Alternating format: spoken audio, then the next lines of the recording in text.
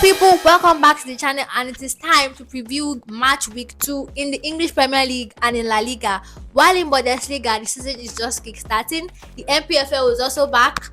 Let's get right into it.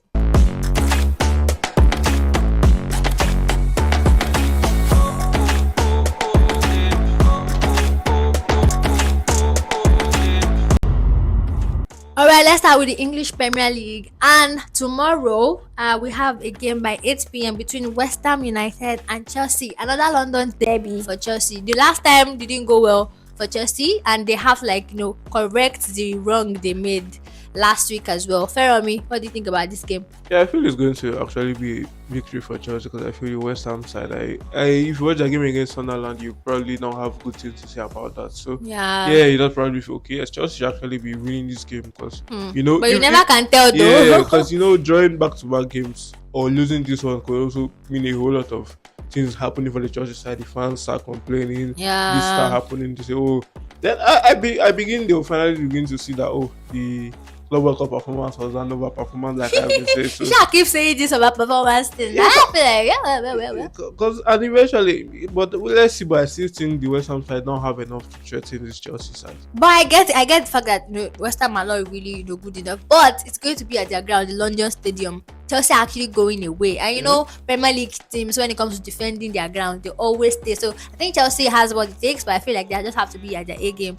They have to be on point because if every they don't, player has to step up. Yeah, they have to step up because what we saw against Crystal Palace was not. And they have to actually create clear-cut chance. So this time around, no clear-cut chance against Crystal Palace side. Palmer, please, my FPL, I beg, you have to do something about that. And then the next game on Saturday is by 12:30 p.m. Nigerian time as well as the UK time, and that is the spicy one between Manchester City and Tottenham Hotspur.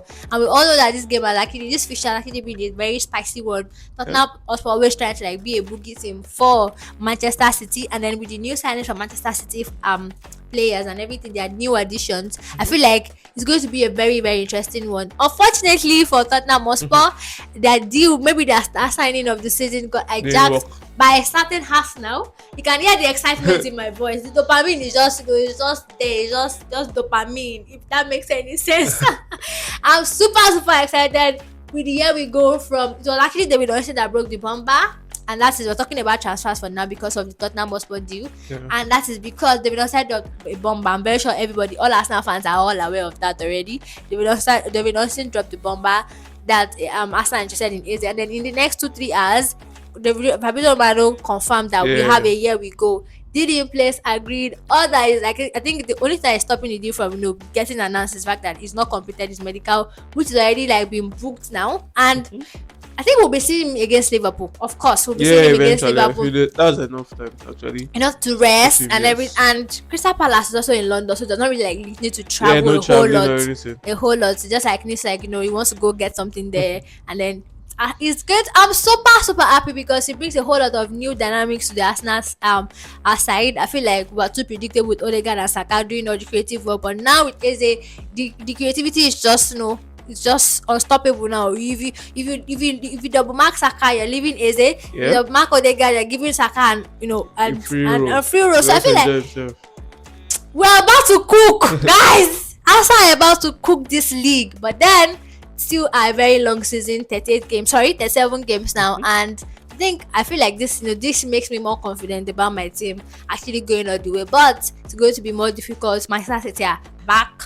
And I think this fixture is going to be a big test for Manchester City to know if they are truly back. Because even when they were actually great, Tottenham always gives them a tough time. Yeah. And then with the low block and the mid block of Thomas Frank and everything, it's really going to be difficult. Fermi, what are you thinking? I personally don't agree that this game is going to be very, very difficult. I feel it's going to be an easy role for the Manchester City side. They're super confident. Well, you backed them to win the league. Yeah, I backed them to actually go on to win the league. But like I said, I think this Manchester City side are more dynamic than the sides we have seen, especially the last season side. So, like I said, the game against Tottenham Hotspur, where against PSG, where the Tottenham Hotspur side gave the PSG side a whole lot of the ball, they end up doing that again.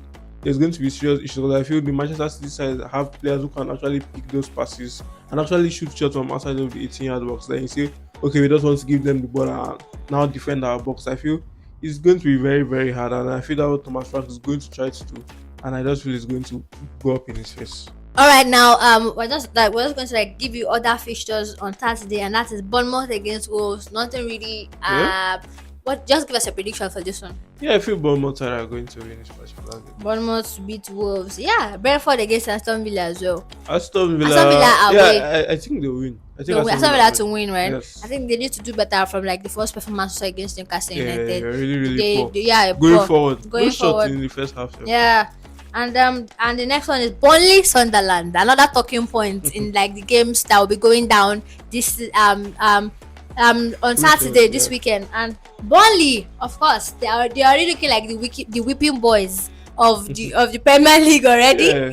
Sunderland also like making a statement return, a statement debut back in the Premier League because they flogged West Ham. West Ham are supposed to be like the Premier League proven, side that they have the experience, they have the manager, they have the everything. Sunderland just graced past them without any stress. Yeah. Yeah. So what do you think? Yeah, I feel it's going to easily be a Sunderland picture. I genuinely don't Sunderland they're away though. They're going to Burnley's house. yeah, I feel they still have the quality. If you look at the player pound for pound and say, okay, who's going to have the better player, who has the better team? You clearly have to say it's the Sunderland side. So there's no. I genuinely think the Burnley side. I'm going to break the threshold for the team with the lowest point ever in the Premier League season, which is Derby they're going to County. they're going to break Southampton's record. Yeah, I genuinely think they are going to. Wow, I genuinely don't see them wow. winning a whole lot of games. Not even joining a whole lot of games. The Alright. quality in the team is just zero, if you ask me. Just 0. Okay, let's look at Arsenal versus Leeds United. I mean, we all talked about our last video where we talked about the fact that Arsenal didn't really do well in the first game. Yeah. But it was more like a smash and grab performance. They were really off it, and this is now the time to prove, that they actually, title they challenge. are that's challenge because you are expected to beat Leeds, more so at the Emirates as well. So I think home advantage. But then I'm actually kind of skeptical. I'm not scared, but I feel like these are the games where you see Arsenal fumble. You look at why they've not won the league. Look at the record they have against the Big Six. They've not lost to the Big Six in the last 2 3 years. years. So and you look at all of those stats, and then you look at the games they've dropped. It's probably against the likes of West Ham, Bournemouth. These are the All teams. those type of things. Yeah, so I feel like maybe it's being complacent, or maybe it's just getting carried away that it's just a routine, a walk in the park, maybe something like that. But this time around, guys, stay focused. I know that Leeds are probably going to frustrate them because they are going to they're not going to attack, because if they do, they're probably going to pack a whole lot of goals to back to Leeds United. I'm trying to remember the boy Leeds in the Premier League recently. I'm trying to remember their last fixture against the Arsenal side. I can't even remember right now, but I think it's going to be a very, very interesting game. Like you said, Arsenal have dropped points against the lesser sides, and I feel one important thing to notice is that Arsenal have not been able to break down low blocks effectively for a very long while, because I think the players thrive when there's space ahead of them and stuff like that. But let's see what these Leeds side are going to actually put up. Because if you look at the Leeds side against Everton, they went at Everton, but you don't expect them to go out the Arsenal side too. So we'll see how Arsenal actually tries to eventually break down a low block this particular year. Let's see what Odegaard, Saka, even right said. Let's see what you're not putting Eze there, although it's not facing. Probably not going to be facing Leeds. I don't think so. Probably going to be getting unveiled in that one. Yeah, probably. Because you cannot just slot him in like that. I think he needs to get accustomed to it. But I feel like it does not really need to, because he's friends with Saka already, friends with Noni Madueke, friends with Declan Rice. Does that really mean though?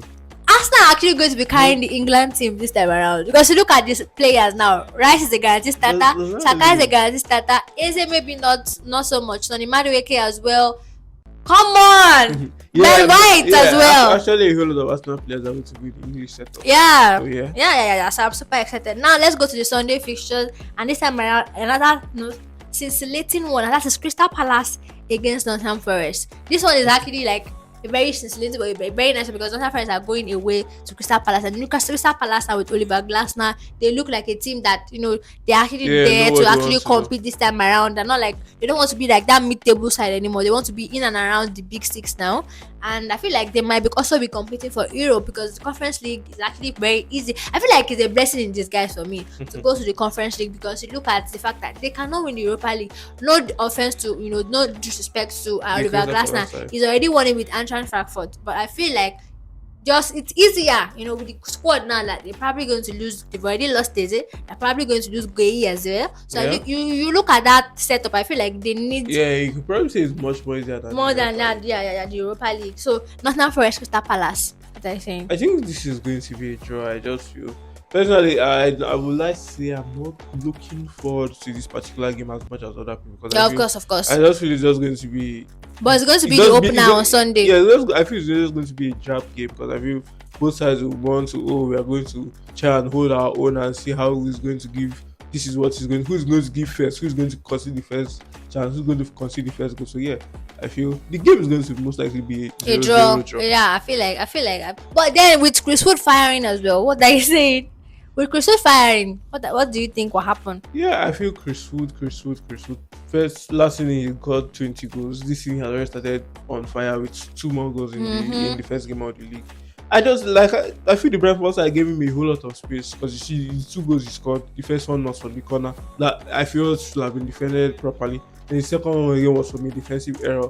A whole lot of space for him. But it was even funny to see Chris Wood running and getting into it because that is not what he's known for. So yeah, I just think this type of game, the goal scorers in this game are goal scorers who chime off, let's say, playing against weaker sides and playing against, yes, Transitioning, all yeah, those type of things. So transitions, yeah. and I feel I doubt both sides want to give away with transitions to the other side to chime off.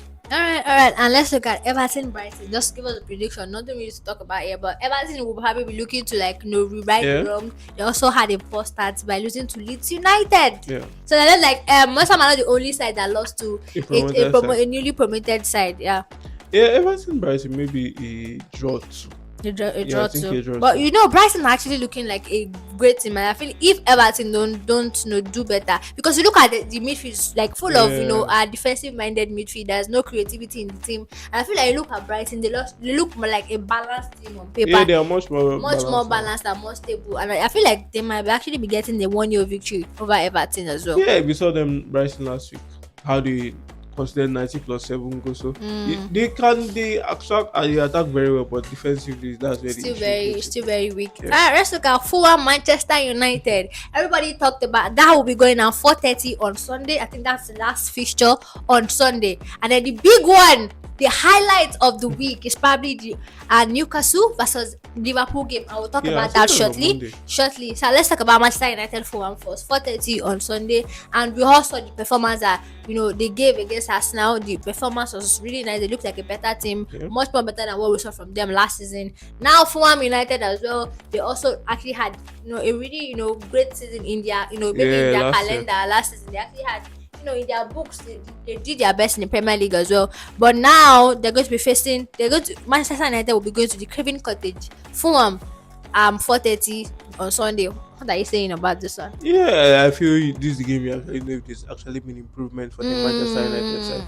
And I think I was explaining to Solomon on Monday that if you look at if United were playing against a deep block side in that Arsenal side, if Arsenal were playing deep block, the spaces that the players occupied, will they be able to occupy those type of positions? Because you expect the defensive line To start defend, probably yeah. from there. So I feel it's going to be an interesting one. Where will the creativity come from? Will it Bruno Fernandes actually stepping up, or will the? I just feel Ruben Amorim should be much more, I would like to say flexible. Sometimes you can go 3-4-3, sometimes you can go 4-3-3. But I feel this is a game that you need one attacking midfielder, have players in the box, and not say you are going with two number 10 and say, okay. So I don't know how that setup is going to work against the Fulham side.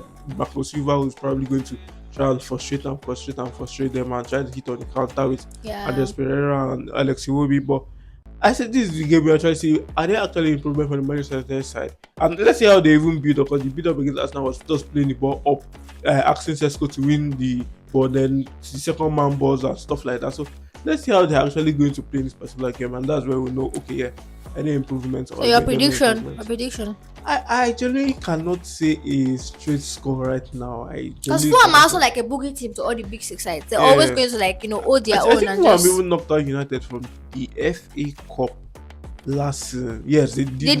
They did. Knock Wow. out United out of I the remember. FA Cup. Now let's talk about the main one.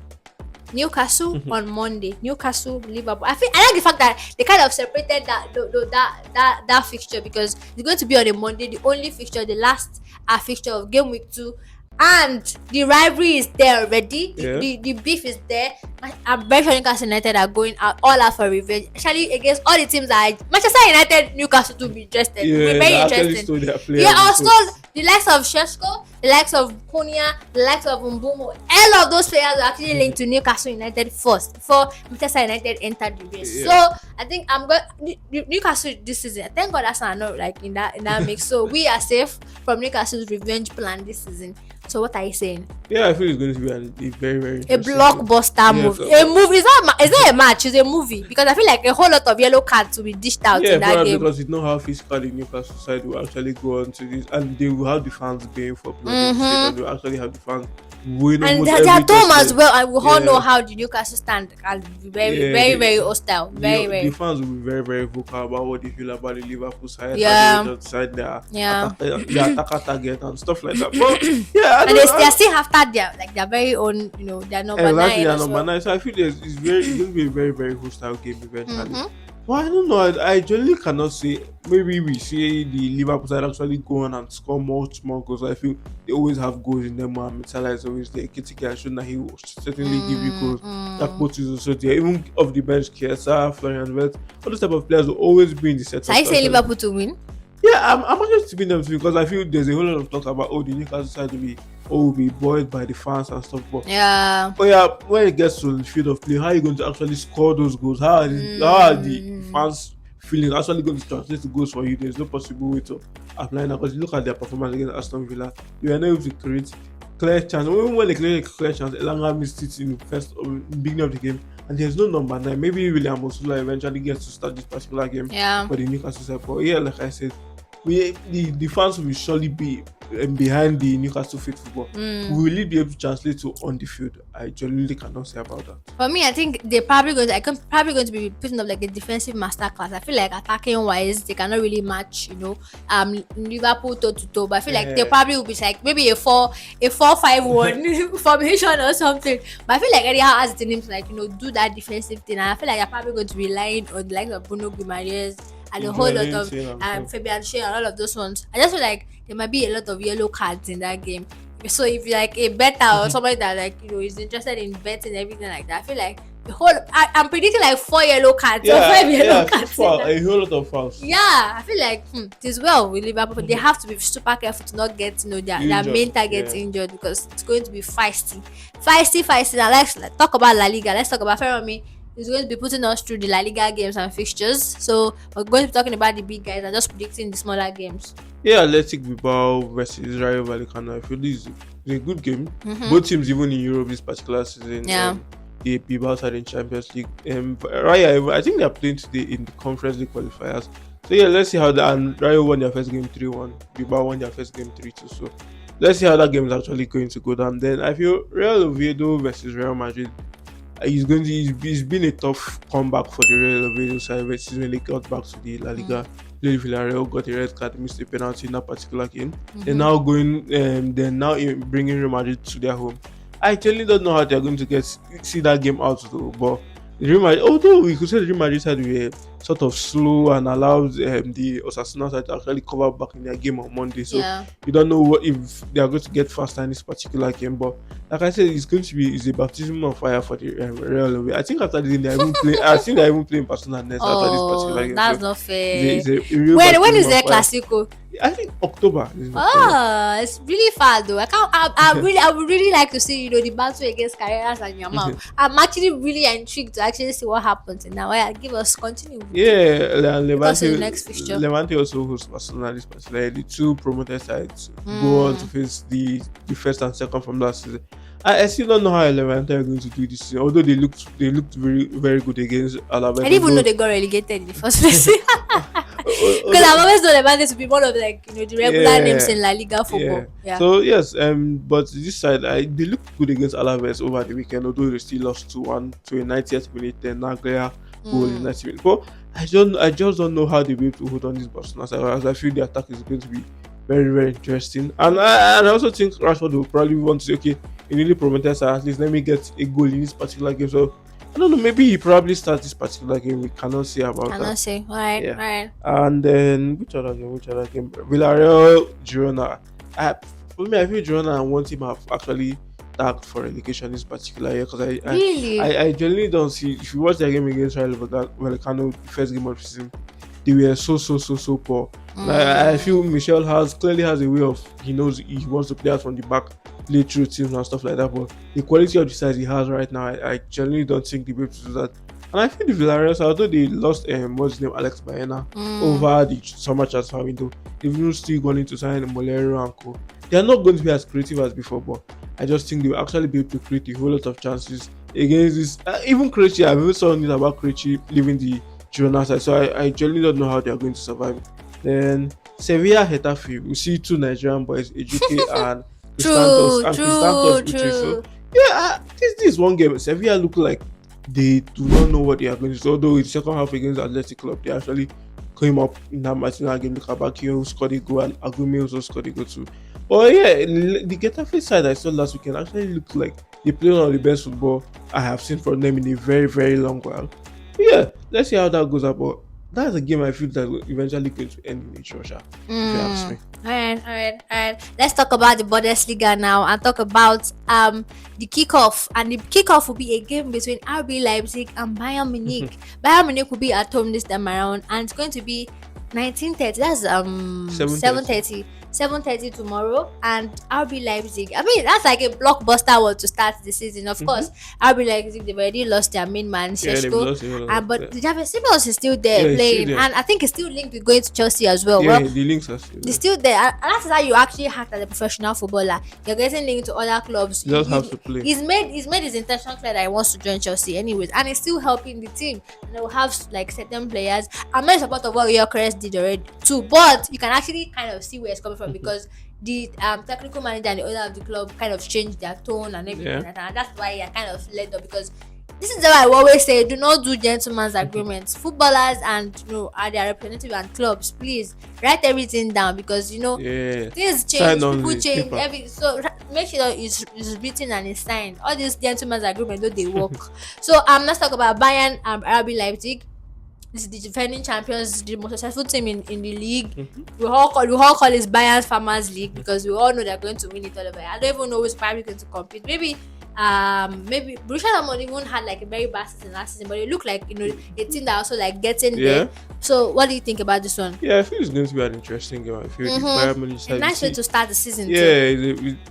I will not say. Will I say it's a blockbuster because I feel the Leipzig side have actually fallen down in quality. Yeah. And I don't know how who's going to start that. Maybe Open is going to start at the number 9 in this particular game, and they usually play two up front. So they've not gotten a replacement for Sheshko Yeah, yet. With the money they collected, they should be doing better though. that's the thing. Who wants to come without Champions League football? So that's exactly where the issue is going to be. So True. yeah, I feel the Bayern side are going to easily find this match very easy because last season saw how they cruise past most of these teams. And Luis Diaz is actually doing well for them. Yeah, as well. I think they scored the Super Cup. Yeah, and he had that Okay, that yeah, celebration. it was Stuttgart they played in the Super Cup final. I was trying Yeah. to no, so yes, it should be an easy game. But if there's one player I want to actually watch out for this Leipzig side, is actually Diomande who moved from Leganes to the To the RB Leipzig side. He Leipzig, was yeah. very interesting in for the Leganes. Although I think he played only 4 games and he scored like 3 goals. So yeah, Okay. he actually shows that he has goal instinct and stuff like that. So yeah, if that's one player I actually should be watching out for in this Leipzig side. All right, Leverkusen will also be facing Offenheim, and we all know the Heritage outside is a like heavily depleted squad, like of Granit Xhaka, Florian Yeah. Red, Jeremy Frimpong, and now Boniface is also linked to going to AC Milan as well. So I think it's really going to be interesting. It's going to be very But hard. Offenheim hard. are also like not like pushovers in the Bundesliga. Yeah, They're also very Kramaric like a and quality side as well. Berlin will be facing Stuttgart, and that will be 4:30 on Saturday, and then Freiburg will be facing Augsburg same time on Saturday as well. And then the big one, I'm not really a big one. Another big another big team that we know is Dortmund. That they're going away to FC St. Pauli. So Yeah. they'll be going to that place. It's Interesting. interesting. Yeah. Okay, give us your take on that one. Yeah, St. Pauli are a team that you probably saw last season they struggled until they eventually able to stay up in the German Bundesliga. And that's one with Shergurashi. I feel he's one of the best number 9s in the world and he's one of the most kept secrets of this German league because you saw him move from Stuttgart to the Borussia Dortmund Before, side. before the Premier League and La Liga teams to come and Yeah, snatch. so Just saying, it's inevitable though. yeah, although I think he's getting close to 30, he's 29 now, so he's probably not going to get A another big big move move like again. that. So yeah, I don't know how the Dortmund side are going to set up. I haven't really watched their games, but I just hope Dortmund are able to actually grow in leaps and bounds from last season. Because the 2 seasons ago they got to the, I think, semi-final of in the final of Champions League. Last season they were in the round of 16. So let's see what they're actually able to do this particular season. Hopefully, it's something that is very, very interesting for the neutrals to see. Yeah, of course. Another one that is actually interesting is Eintracht Frankfurt will be at home and they'll be facing Weather, and that will be same time 4:30. So 4:30 is 16:30. Yeah. So 4:30 on Saturday as well. Another one that is like a very funny name is Mönchengladbach. Yeah. I know them. They will be facing Hamburger SV. Oh, Another an interesting game. Yeah, that's another interesting So game. I think that one will be on Sunday though, and then Mainz will be facing Köln on Sunday, and that will be 2:30 as well. And let's move to Serie A now. Serie A also match day 1 of Serie A, and Serie A is also back. The Bundesliga and Serie A will be kickstarting this weekend, and I think football is like finally back. No, every league is now the top starting. 5 leagues is already So everybody's now fine and happy. Yeah. Do you know how I'll be facing Lis, and that will be on Saturday. Lis. It's Lecce. It's Lecce. Really? Yeah. Okay, so do you know I'll be facing Lecce on Saturday? That's 5:30, and Napoli will be facing Sassuolo, and that's 5:30 at the same time. So a whole lot of like when they set like the games, like you have to like pick one to watch now. And then you have Roma as well. Roma will be facing Bologna, and that will be Saturday as well. But this time around it is 19:45. That is 7:45 yeah. as well. AC Milan will be facing Cremonese. Yeah. Cremonese on Saturday, same time, 7:45. Cagliari will be facing Florence. I think that's like a very interesting one, and that will be on Saturday as well, same time. This time around it's going to be 7:30. Wait, 5:30. Yeah, 5:30. 5:30. Right. So Juventus will be facing Parma. Atalanta will be facing Pisa. Udinese will be facing Verona. Como will be facing Lazio. So which one is like the most interesting one now? Yeah, I think Sassuolo coming back to the league after 1 year being down. Berardi gets back into the league. Lorienti also comes back into the league with this Sassuolo side. So yeah, I feel it's a very, very interesting one. Also the Como game. I'm trying to remember who you're playing now. Como Lazio, yeah. Yeah, Lazio. Yeah. That's true, Lazio. Yeah, Lazio said if you watch European football, I'm actually interested to see if Fabregas as a manager. Yeah. Because I can't remember his baby face as a player for Arsenal, for Chelsea, for Barcelona, and now he's a manager. How time flies. Yeah, means we are getting old too, bro. Exactly. So he's a very, very interesting manager. I feel his side did well last year, and he went on and invested into the team this particular year too. So I feel they'll be European hopefuls, because I feel the other teams have sort of dropped off. If you look at the Atlanta, no longer Gasparini at the helm of affairs. And they now signed the relegation manager. Exactly. So I generally don't know, but like I said, I think Como will be in and around those European places in the Italian Serie A. Yeah, so the last game for Serie A will be Udinese versus Verona. That will be on Monday, 5:30, and I think that's all. Yeah. That's it.